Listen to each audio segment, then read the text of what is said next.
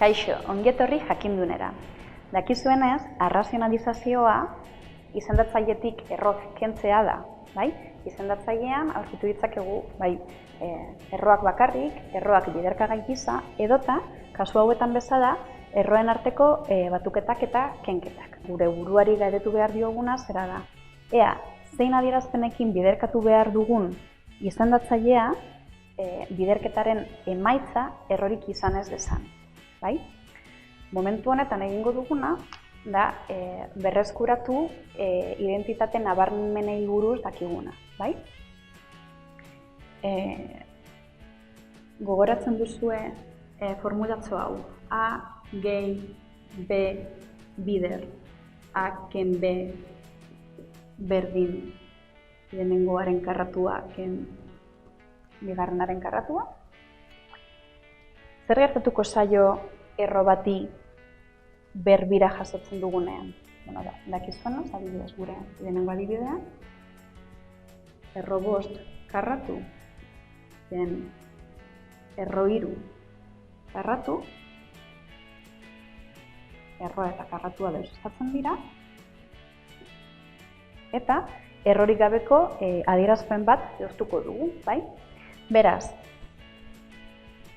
hau ikusita, argi dago zein adierazpen erabili behar dugun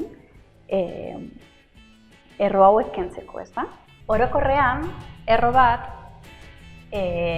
berreketa baten aurkako eragiketa dela esan dezakegu.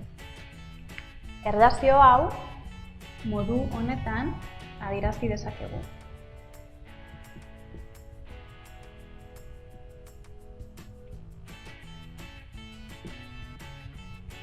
Eta aurrera jarraitu baino lehen, gogoratuko dizuet, zenbakitze honi errotzaile deitzen diogu da, eta beste honi errokizuna. Zer ikusten dugu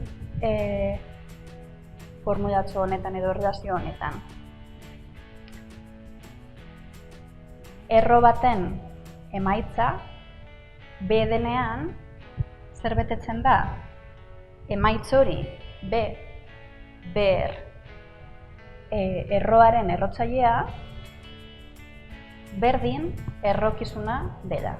Egingo dugun lehenengo gauz izango da, atal batera isa guztiak eraman, eta bestera gaiazke guztiak. Orduan, zeintzuk dira ez ezagunak dituzten gaiak? Bi zao eta beste hau, bai? Eta bestetik ditugu +7 eta -3. Beraz, -2 hemen gerituko da, hau pasatuko da beste atalera minus ikurrarekin,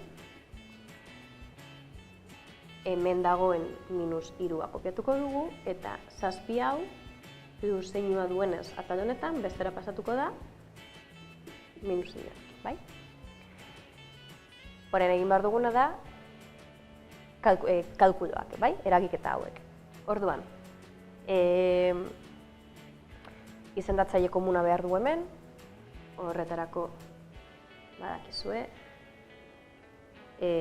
bia izango dela izendatzaile komuna, bi zati bat bi, bi bider minus bi, minus jau isa,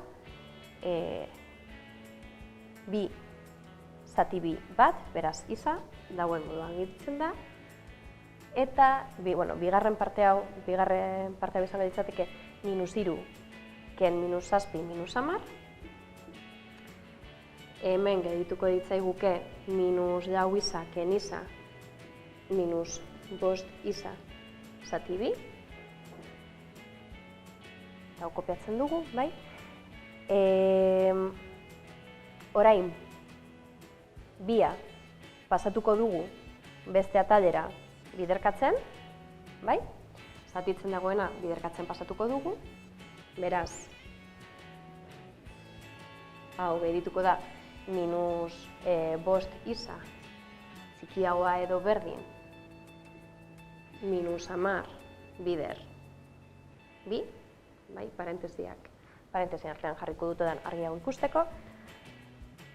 -10 bider bi minus hogei, beraz, hau kopiatzen dugu, uste dugu dagoen moduan, eta hemen minus hogei, bai?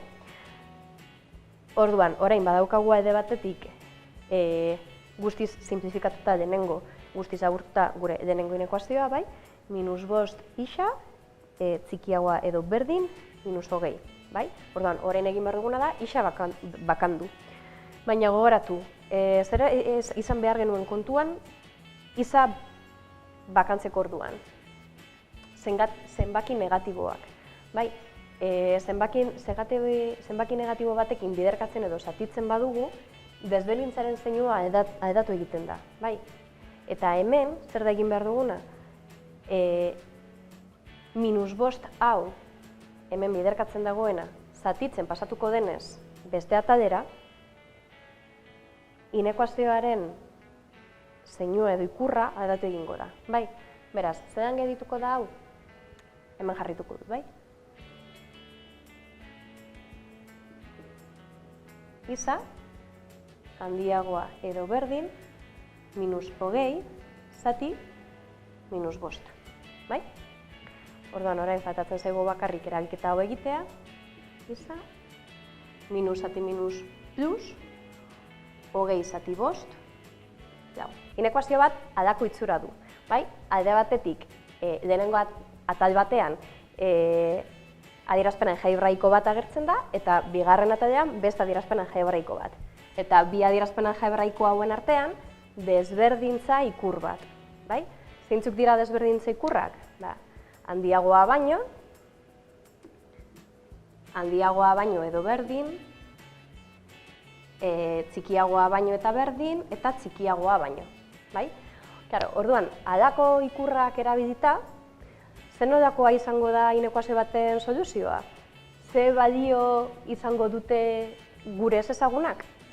Ekuazioetan ez bezala, izak ez du hartuko zenbakizko balio zehatz bat, baizik eta isaren balioak izango dira zenbaki tarte bat edo batzuk.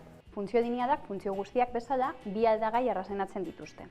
Eta bi aldagai horiek isa eta y-koa dira, eta isaren balio bakoitzari y-koaren balio bakarra dagokio. Funtzio hauek, kasu honetan linealak direnez, ez ezagunen berretzaileen balioa bat izango da. Funtzio linealen ekuazio orokorra edo formula orokorra, hau da, y-koa berdin m bider isa gehi n. Esan bezala, y-koa eta isa aldagaiak dira edo ez ezagunak dira. Isa gaiazkea da, y-koa menpeko aldagaia, eta beraz, menpeko aldagai honen balioa isaren araberakoa izango da. M malda da eta n ordenatua jatorria, bai? Y ardatzan ebakitze puntua. Funtzio lineal edo ekuazio orokor honetatik beste bi atera ditzakegu, bai? Alde batetik, gerta daiteke malda 0 izatea, bai? Beraz, m 0 denean, 0 bider edozein zenbaki, 0 denez, biderka gai hau desagertzen da, bai? Orduan, zelan gedituko ditzateke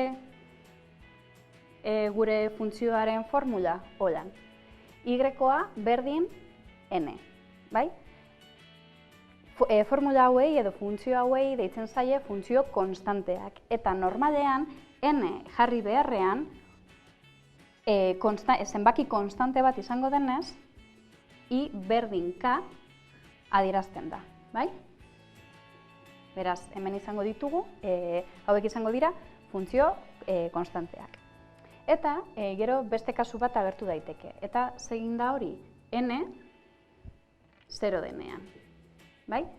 N 0 denean, gehituko zaigu, i berdin m bider isa. Eta halako itxura duten funtzio linealei funtzio proportzionalak deritze.